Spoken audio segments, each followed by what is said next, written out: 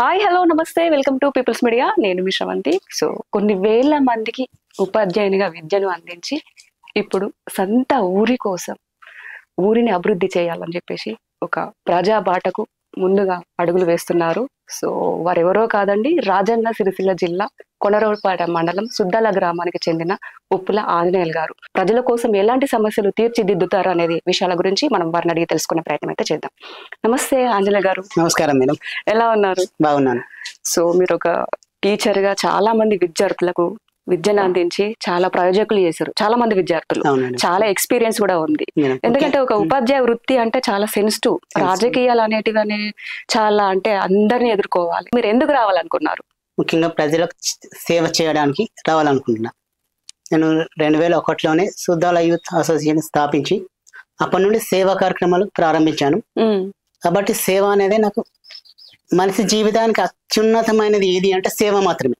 ఇంకేది కానీ ప్రజలకు చేసేది ఏముండదు. సేవనే అన్నిటికన్నా ఉత్తమమైనది. అందుకని ఆ మార్గాన్ని ఎన్నుకోవడం జరిగింది. అంటే ఓన్లీ సేవ చేయడం కోసమే ఈ మార్గాన్ని ఎన్నుకున్నారు. అవును. పొలిటికల్ అంటేనే మనము అన్నిటిని తట్టుకోవాలి.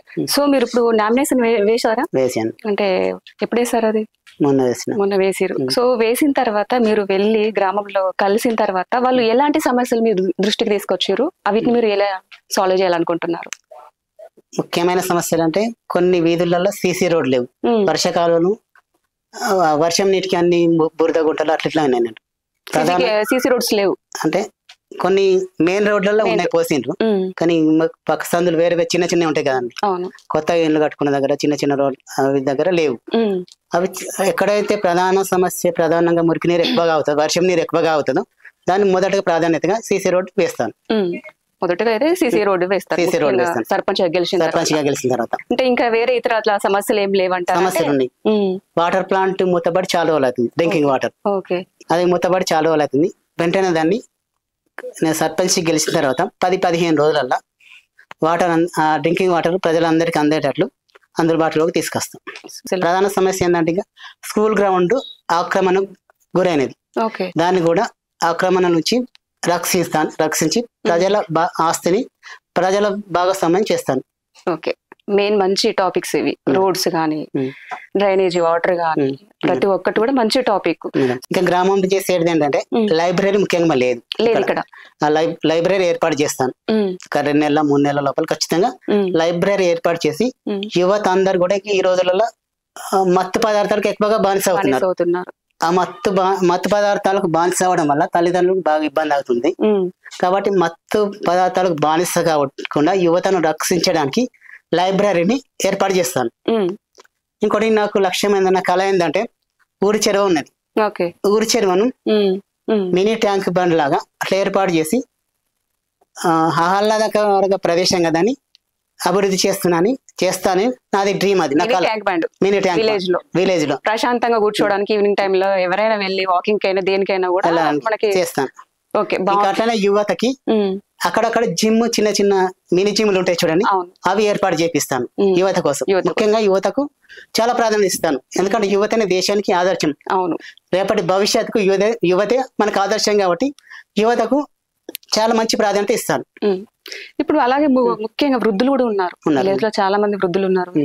ఎవ్వరికి కూడా కొంచెం పింఛన్లు రావట్లేదు. మా వారికి కూడా చాలా రకాల సమస్యలు వస్తాయి. కాబట్టి వాళ్ళ కోసం ఏం చేస్తారు? వృద్ధుల కోసం అంటే పింఛన్ రాని వాళ్ళ కోసం. పింఛన్ రాని వాళ్ళకు ఎవరెవరు గుర్తించి మొదటగా నేను గెలిచిన తర్వాత వార్డు సందర్శన అనేది పెడతా. వార్డు సందర్శన పెట్టి వార్డు మెంబర్ తోటి నేను సర్పంచ్ ఉంటా. కాబట్టి సమస్యలు ఏందో తెలుసుకొని ఎవరెవరికి పెన్షన్ రాదో వాళ్ళని తీసుకువెళ్ళి మండలాఫీస్కి తీసుకెళ్ళి వాళ్ళకందరికీ పెన్షన్ అందించేటట్టు చూస్తా. అవినీతి లేకుండా 1 రూపాయి కూడా వాళ్ళ దగ్గర నుండి ఆశించకుండా నేను వాళ్ళకి పెన్షన్ అందేటట్లు చూస్తా వృద్ధులకు. ఇది 3వసారి సర్పంచ్ గా నామినేషన్ వేసిన కాబట్టి ప్రజల ఆశీర్వాదం 100% నాకు ఉంటదని నేను భావిస్తున్నా. 3వసారి అంటున్నారు కాబట్టి మరి ఫస్ట్ సెకండ్ అదేమైంది? అప్పుడు ఫస్ట్ గెలవలేదు.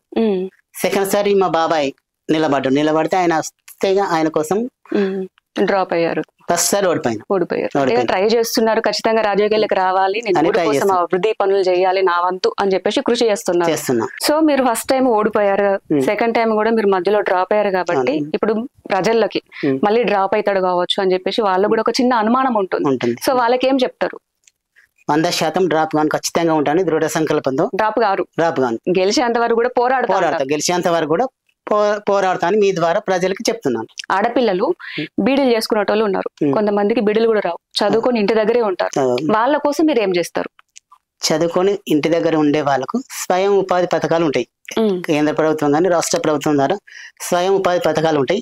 టైలరింగ్ కానీ ఆ స్వయం ఉపాధి పథకాలు నేర్పించి బాలికలకు రేపు భవిష్యత్ మంచిగా ఉండేటట్టు చూస్తాను. ఎందుకంటే స్త్రీ సాధికారతనే దేశాభివృద్ధికి పట్టుకొమ్మలాగా ఉపయోగపడుతుంది. కాబట్టి వాళ్ళు అంటే బాలికలు మంచి స్వయం ఉపాధి పొంది సెల్ఫ్గా వాళ్ళు డబ్బులు సంపాదించేటట్టు చూస్తాను. వాళ్ళు సెల్ఫ్గా ఎక్కడ ఏ దేశం మీరు చూడండి, చాలా అబ్జర్వ్ చేయండి, ఏ దేశంలో కానీ ఏ సమాజంలో కానీ స్త్రీలకు పురుషులకు సమానత్వం ఉంటుందో అక్కడ డెవలప్మెంట్ ఉంటుంది.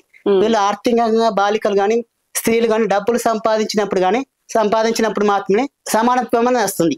కాబట్టి వాళ్ళకు స్వయం ఉపాధి పథకాల ద్వారా డబ్బులు సంపాదించేటట్లు చూసి ఉమెన్ ఎంపవర్మెంట్ అంటే స్త్రీ సాధికారతకు ఖచ్చితంగా 100% కృషి చేస్తానని మీ ద్వారా ప్రజలకు శుద్ధాల గ్రామ బాలికలకు స్త్రీలకు హామీ ఇస్తున్నాను. సో ఒకవేళ మీకే ఎందుకు ఓటేయాలంటారు? ఓవరాల్ గా చూసుకుంటే మిమ్మల్ని ఎందుకు గెలిపించాలంటారు చెప్పండి. ఎక్కడ ఏ స్కీమ్ నుండి, ఏ ప్రభుత్వ సంస్థ నుండి, నాబార్డు నుంచి కానీ ఇంక ఇతర సంస్థల నుండి కేంద్రం ద్వారా రాష్ట్రం ద్వారా ఏ రకంగా నిధులు వస్తాయో తెలుసు. కాబట్టి ఆ నిధులను ఆ సంబంధిత ఎంపీ దగ్గరికి కానీ ఎమ్మెల్యే దగ్గరికి కానీ సంబంధిత కలెక్టర్ ఆఫీసర్ దగ్గరికి వెళ్ళి నేను నిధులు తెచ్చి డెవలప్ చేస్తానని ప్రజలకు హామీ ఇస్తున్నాను. కాబట్టి ఒక టీచర్ అంటేనే స్టూడెంట్ సైకాలజీ ఖచ్చితంగా తెలిసి ఉంటుంది. అప్పుడే మనం ఫ్లూయెంట్ గా అంటే కరెక్ట్ గా టీచ్ చేయగలం. ఇప్పుడు ఒకవేళ మీరు సర్పంచ్ గెలుస్తారు, గెలిచిన తర్వాత చేతల్లో ఎలాంటి అంటే పనులు చేసి చూపిస్తారు? ముఖ్యంగా సర్పంచ్ చేసే పనులు ప్రాథమికంగా సర్పంచ్ చేసేటి శానిటేషన్ అంటే పారిశుద్ధ్య కార్యక్రమాలు. పారిశుద్ధ్యం అనేది చాలా ముఖ్యమైనది గ్రామంలో. మురికి కాలువలు మనం క్లీన్ చేయలేదనుకోండి, దోమలు బాగా స్ప్రెడ్ అయ్యి మలేరియా కానీ డెంగ్యూ కానీ వచ్చినప్పుడు ప్రజలు అనేక డబ్బులను హాస్పిటల్లో పెడతారు. కార్పొరేట్ హాస్పిటల్ బాగా దోచుకుంటున్నాయి. కాబట్టి అలాంటి ఉద్దేశం ప్రజలకు కలగకుండా నేను ఇక్కడనే దాన్ని సాల్వ్ చేయగలను. సో ఇప్పుడు మీరు ఎట్లాగో డ్రైనేజీ శానిటైజేషన్ గురించి మాట్లాడారు కాబట్టి గత ప్రభుత్వం కూడా మనకు చేసినవి డ్రైనేజీ సమస్యల గురించి కానీ శానిటైజేషన్ గురించి కూడా చేసినవి చేయలేదంటారా? లేకపోతే ఇప్పుడు మీరు ఏ విధంగా చేయాలనుకుంటున్నారు? అంటే ఏ విధంగా కొత్తగా చేయాలనుకుంటున్నారు? చేసి పూర్తిగా చేయలేదు, 100% చేయలేదు. ఎప్పటికీ చేయలేదన్నప్పుడు మీరు క్వశ్చన్ చేయలేరా? ఎందుకంటే మనం గ్రామంలో ఉన్నాము, మీరు చేయట్లేదు అని చెప్పేసి మీరు ఎవరిని కూడా క్వశ్చన్ చేయట్లేదా? విలేజ్ అన్నప్పుడు కరెక్ట్ గా అంటే ఎడ్యుకేషన్ వాళ్ళు కాదు, దాదాపు ఎడ్యుకేషన్ సర్పంచ్లు ఎవరైనా దాదాపు తక్కువ వరకు ఉంటారు ఎడ్యుకేషన్ వాళ్ళు. వాళ్ళకు అవగాహన ఉండదు. కాబట్టి సర్పంచ్ అంటే అధికారం చెలాయించడం అని అనుకుంటారు. నేను అట్లా కాకుండా అధికారమే కాకుండా సేవ చేసే దృక్పథమే కలిగి ఉంటాను. సో ఒక డ్రైనేజే కాకుండా శానిటైజేషనే కాకుండా ఇంకెలాంటి సమస్యలు ఉన్నాయి మన గ్రామంలో? ముఖ్యంగా వాటర్, డ్రింకింగ్ వాటర్ కానీ ప్రజలకు వచ్చే నల్ల వాటర్ కానీ సమృద్ధిగా 24 hours ఉండేటట్టు చూస్తాను. అంటే ఇప్పుడు లేవా? ఉన్నాయి కానీ ఇప్పుడు బోర్ల ద్వారా నీళ్ళు అందిస్తున్నారు. బోర్ల ద్వారా బోర్లు కాలిపోయినప్పుడు వాళ్ళు ఒక్కొక్కసారి వారం అవుతుండే, ఒక్కొక్కసారి 4 రోజులు అవుతుండే. అంటే ఇంటింటికి బోర్ వాటరేనా? ఇంటింటికి బోర్ వాటర్ వస్తుంది, నల్ల వాటర్ వస్తుంది, బోర్ వాటర్ వస్తుంది, రెండు వస్తాయి. మరి రెండు వచ్చినప్పుడు ఒకటి రానప్పుడు ఒకటైతే యూస్ అవుతుంది కదా. ఆ బోర్లు ఎప్పుడైనా కాలిపోయినప్పుడు 1 రోజు 2 రోజులలో నేను రిపేర్ చేసి మళ్ళీ బాగు చేసి ప్రజలకు యథావిధిగా నీరు అందిస్తాను. ఇంటింటికి నీరు అందిస్తాను, ఎలాంటి సమస్య లేకుండా నీరు అందిస్తాను. ఇంకా ఏమున్నాయి ఇంకా చేయాలనుకున్నట్టు మీరు? ముఖ్యంగా మెయిన్ గా మనకు చాలా రకాల సమస్యలు విలేజ్ లో ముఖ్యంగా ప్రజలకు కావాల్సింది విద్య అండ్ వైద్యం. ప్రజలకు ముఖ్యంగా కావాల్సింది అవును వైద్యం అనేది. గ్రామంలో పల్లె దవాఖాన ఉన్నది. ఆ డాక్టర్ కానీ ఏమని కానీ ప్రతిరోజు వచ్చి ప్రజలకు ప్రతినిత్యం సేవలు అందించే విధంగా నేను 100% కృషి చేస్తాను. అంటే ఇప్పుడు రావట్లేదా? వస్తున్నారు కానీ వాళ్ళు వచ్చిన దాన్ని ప్రజలు పూర్తిగా 100% వినియోగించుకోవడం లేదు. కాబట్టి నేను ప్రజలకు అవగాహన కల్పించి డాక్టర్లతో మంచిగా వచ్చిన డాక్టర్లతోని 100% పని చేపిస్తా. అంటే అవగాహన అంటే ఎలా అందిస్తారు? అవగాహన అంటే గవర్నమెంట్ వైద్యం అంటేనే ప్రజలకు మొయిలు ఎట్లా చేస్తారో తక్కువ చేస్తారేమో అని అనుకుంటారు. పేదలకు సరైన గవర్నమెంట్ వైద్యం అందేటట్టు చేస్తాను. అంటే దాని గురించి ఎక్స్ప్లెయిన్ చేస్తారు. మనకు ఇలాంటి హాస్పిటల్ మన ఊర్లోనే ఉంది కాబట్టి గవర్నమెంట్ హాస్పిటల్ ఇలాంటి ట్రీట్మెంట్ అందిస్తారు. మీరు ఎవరికి కూడా భయపడకండి, ఇలాంటి ట్రీట్మెంట్ ఉంటుంది. బయట వేరే విలేజ్ లకి వెళ్ళి చూపించుకోవాల్సిన అవసరం లేదు, మన దగ్గర అయితే అన్ని ఫెసిలిటీస్ ఉన్నాయని చెప్పి చెప్తారు. చెప్తాను అర్థమయ్యే విధంగా అవగాహన కల్పిస్తాను ప్రజలకి. ఓకే, అంటే స్కూల్ గురించి కూడా మాట్లాడారు కాబట్టి ఇప్పుడు స్కూల్ ఇక్కడ మనకు గ్రామంలో ఎంత వరకు ఉంది? గవర్నమెంట్ స్కూల్ 10th వరకు ఉన్నది. 10th వరకు ఉంది. విద్యా బోధన ఏ విధంగా ఉంది? గవర్నమెంట్ విద్యా బోధన అంటే వాళ్ళు వెల్ క్వాలిఫికేషన్ వాళ్ళు ఉంటారు, మంచిగా టీచ్ చేసే వాళ్ళు ఉంటారు. కానీ గవర్నమెంట్ విద్య అంటేనే ప్రజలకు అబ్బో ఎట్లా చెప్తారు, ఎట్లా ఉంటుందో అనేది ఉంటుంది. అవును.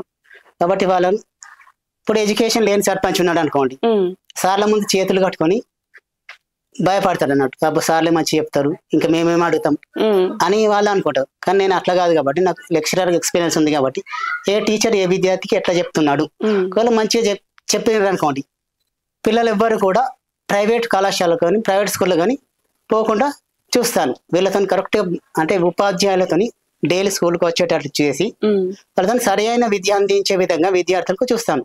అప్పుడు సరైన విద్య ప్రజలకు అందినప్పుడు విద్యార్థులకు అందినప్పుడు వేల ఫీజులు ప్రైవేట్ స్కూళ్ళకు పెట్టవలసిన అవసరం ఉండదు. అవును. మీరు ఇప్పుడు ఒక లెక్చరర్ గా వర్క్ చేశారు కాబట్టి మన ఊర్లోనే ఒక గవర్నమెంట్ స్కూల్ ఉంది. ఎప్పుడైనా మీరు వెళ్ళారా స్కూల్ కి? చాలా సార్లు నేను 2001 నుండి స్కూల్ నాకు అనుబంధం చాలా పని చేస్తాను. ఏ విధంగా చెప్తున్నారు? టీచింగ్ ఎలా ఉంది? టీచింగ్ ఎలా అబ్జర్వ్ చేస్తుంటారు. 2001 నుండి కూడా 2000 ఇప్పటి వరకు కూడా ఏ టీచర్ పని చేస్తున్నాడు, ఏ టీచర్ ఎంత పిల్లలకు అంకిత భావంతో పని చేస్తున్నాడని చెప్పగలుగుతాను. అవగాహన ఉంటుంది నాకు.